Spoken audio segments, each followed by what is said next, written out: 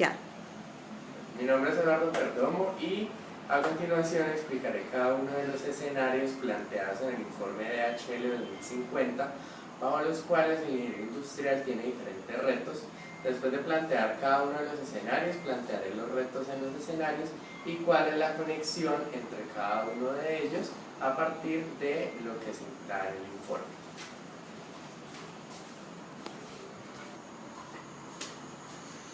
El primero de los escenarios planteados es la economía incontrolada, colapso inminente. En este escenario voy a analizarlo desde 4 ámbitos diferentes. El primero de ellos, la economía. En la economía se presenta un comercio mundial, el que se caracteriza por un libre comercio entre los países. No hay barreras entre ellos. Asimismo se caracteriza por un estándar de privatización que implica mejoras en los sistemas y formas de manejar por cada una de las empresas. Esta privatización implica una gran importancia en el capital.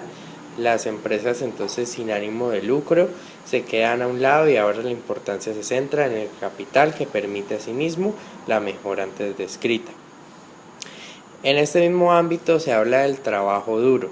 El trabajo duro llega a tener una tecnología mucho más avanzada que permite una información en tiempo real. Se habla de los sistemas RFID, los cuales permiten alcanzar dos temas en el mismo tiempo: localización de objetos e identificación de los mismos. Esto caracterizará los sistemas de distribución planteados para este escenario. En este mismo ámbito de la economía, el transporte logístico se da por dos medios posibles: marítimo y aéreo. Del transporte terrestre se habla que hay nuevas redes de transporte y un sistema estructurado. Este sistema estructurado sirve a las empresas para poder llevar carga de manera express y genera una cadena de suministros mucho más eficiente. En este mismo escenario de economía se habla de un gran dinamismo. Ese dinamismo da lugar a un bajo costo de producción, mucho más bajo de los que se tienen ahora. Se habla de que los países están integrados, que está relacionado con el comercio mundial antes mencionado y con el libre comercio.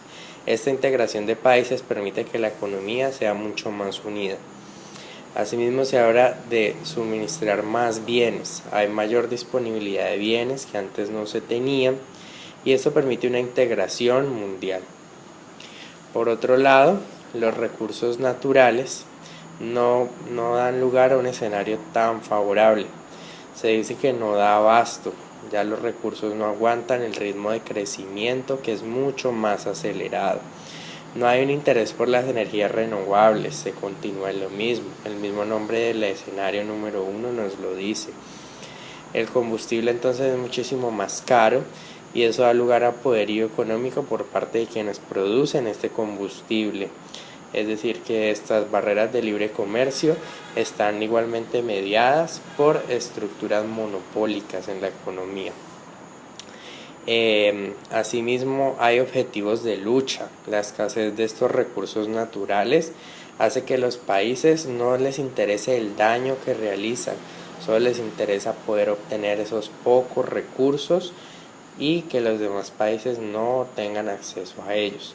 No hay una conciencia por el daño que se está haciendo al medio y hay un peligro que se considera inminente.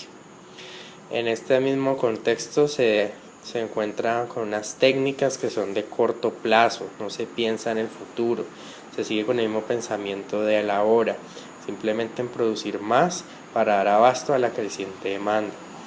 Esto afecta a la agricultura y llega a afectar otros escenarios que por este lado que beneficiaban a las empresas perjudican ahora la explotación de recursos que permiten una producción más acelerada. Los ecosistemas, se habla que la capa de ozono está en decadencia, hay una pérdida de hábitat y la fauna y la flora están por desaparecer. Por otro lado, la temperatura tampoco se habla que sea algo favorable. El clima ya no tiene predicción.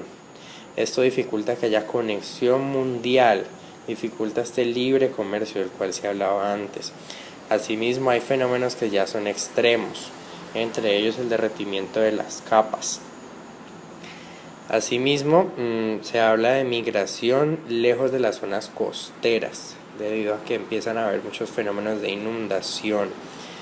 La contaminación se da por residuos, por líquidos y sobre todo por estos residuos tóxicos que no tienen un buen manejo. Esto contribuye a estos cambios climáticos y a esta pérdida en la fauna y flora que antes he mencionado. Dentro de este contexto hay un aumento de la demanda que ya había sido resaltado debido a un aumento en la población y esto de un aumento en la producción, lo cual hace que todos estos catalizadores lleven a que sea un colapso inminente. Por último, el materialismo, alejado de la ecología por completo, solo se interesa en la parte productiva. Hay un consumo masivo que se vuelve tendencia. Se habla de una necesidad que es incontrolada y lleva a este consumo masivo y de una interfaz usuario, es decir, que la tecnología toma una parte importante dentro de esta creación de este materialismo que se vuelve incontrolado.